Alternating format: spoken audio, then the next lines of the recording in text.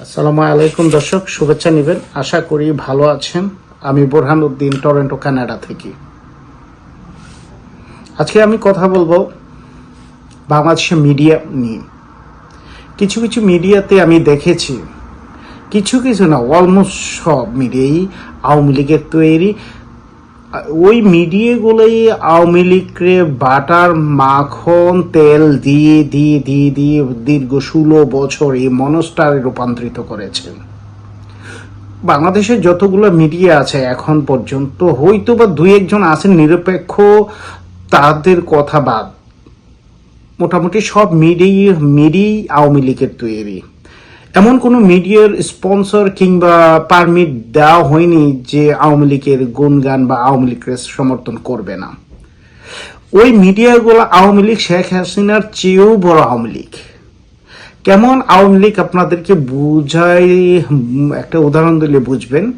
ধরেন শেখ হাসিনা যদি প্রস্রাব করে দেয়, তাদের মুখের উপর যদি জিজ্ঞাসা করেন এটা কি, তারা বলবে মধু। ওই মিডিয়ার সামনে যখন আপনারা যাবেন, বিশেষ করে তরুণ উপদেষ্টা সমন্বয়কগণ, আপনাদের উদ্দেশ্যে বলছি, তারা প্রশ্ন করার আগে, তারা এতটাই দ্রুত এবং চালাক, তাদের সাথে প্রশ্ন করে উত্তর দিয়ে পারবেন না। তারা প্রশ্ন করে একটা পয়েন্টে গিয়ে তা আপনারা পারবেন তাদের সাথে। তারা কোনো প্রশ্ন করার আগে তাদেরকে বলবেন যে এই যে স্বৈরাচার সরকারকে আমরা বিপ্লবী ছাত্র জনতা আন্দোলনের মাধ্যমে পতন ঘটিয়েছে এবং স্বৈরাচারী সরকার পেছনের দরজা দিয়ে লেজ গুটিয়ে ভারতে পালিয়ে গিয়েছেন। এইটা কি মানেন কি মান না? এই সরকারটা বিপ্লবী সরকার, আপনি মানেন কি মান না? যদি বলেন হ্যাঁ মানি, তাহলে বলবেন যে যদি মানেন, পূর্ববর্তী কোনো সরকারের সুবিধা নিয়ে অসুবিধা নিয়ে কোনো আলোচনা করবেন না। পূর্ববর্তী সরকার পতন হয়েছে, এর চ্যাপ্টার ক্লোজড। যমুনা টিভিতে ওই দিন এক সাক্ষাৎকার দেখলাম, সমন্বয়ককে প্রশ্ন করতেছে উপস্থাপিকা রুকসানা। তিনি তার আওয়ামী লীগের জন্য তার ভিতর অত্যন্ত চাপা দরদ, মায়া কান্না। সমস্ত মিডিয়াগুলো এরকমই। আপনারা ওই মিডিয়াকে যতক্ষণ পর্যন্ত সংস্কার করতে না পারবেন, ততক্ষণ পর্যন্ত ওখানে আর যাবেন না। ওদের সাথে কোনো কথা নেই। সমস্ত মিডিয়াকে আপনারা বয়কট করুন। ওনারা 15 আগস্ট উনাদের মাধ্যমে কি সামান্য কি অধিকার, শেখ মুজিবুর রহমানের জন্ম তারিখ না কি যে ছিল, ওই মৃত্যু তারিখ না জন্ম তারিখ আল্লাহই জানে। কিন্তু আমি জানি এটা হচ্ছে গণতন্ত্রের মুক্তি দিবস। ওনারা মায়া কান্না শুরু করছে, কুমির কান্না শুরু করছে। 15 আগস্ট কেন ওনাদেরকে ঢুকতে দেওয়া হলো না, কেন বঙ্গবীর কাদের সিদ্দিকীকে দেওয়া হলো না? লাভ লাভ লাভ। 15 আগস্ট 1975 সালের পূর্বে সত্যিকার কি আওয়ামী লীগ ছিল? ওটা তো বাকশাল ছিল। শেখ মুজিবুর তো আওয়ামী লীগের কোনো নেতা নয়। তাদেরকে প্রশ্ন করুন, শেখ মুজিবুর রহমান তো কোনো আওয়ামী লীগের নেতা ছিলেন না, তিনি ছিলেন বাকশালের নেতা। আওয়ামী লীগ তো পরবর্তী জিয়াউর রহমানের দয়ার ফলে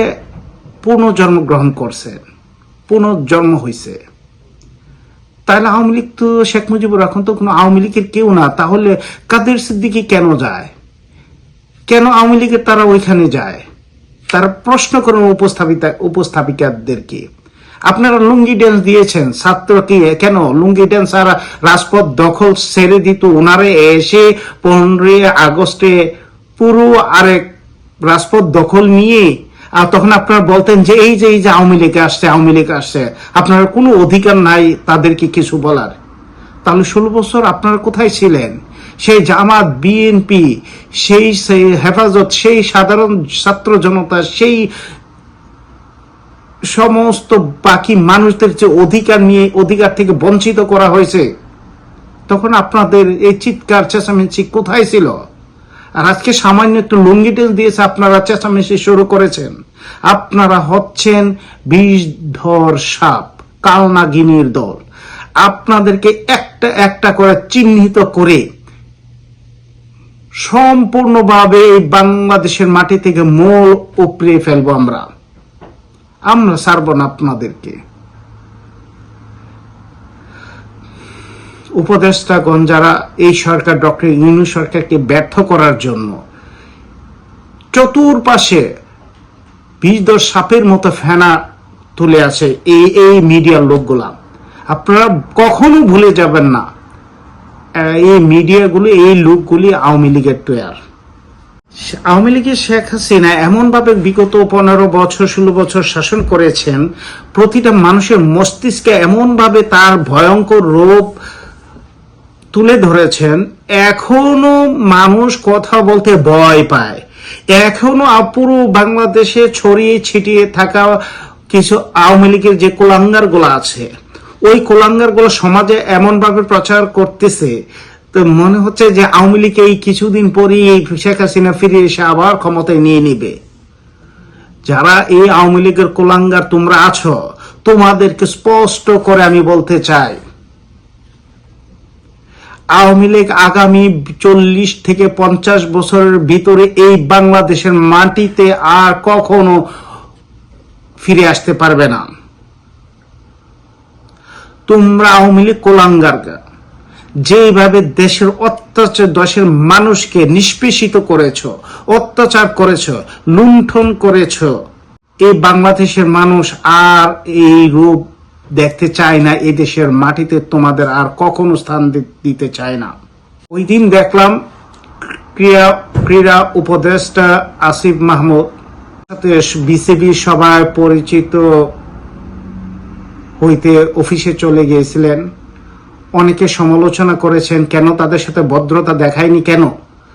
আসিফ মাহমুদ ক্রীড়া উপদেষ্টা আপনাকে শ্রদ্ধা এবং সম্মানের সহিত বলছে, আপনি চতুর্পাশের আওয়ামী লীগের সৃষ্ট দালালেরা, এরা সবাই আওয়ামী লীগের সৃষ্ট, এদেরকে যথোপযুক্ত আপনি শাস্তি দিন, এদেরকে বিসিবি থেকে বের করে দিন।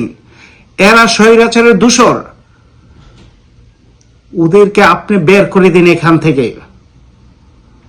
ওদের ন্যূনতম সম্মান পাওয়ার যোগ্যতা রাখেন না।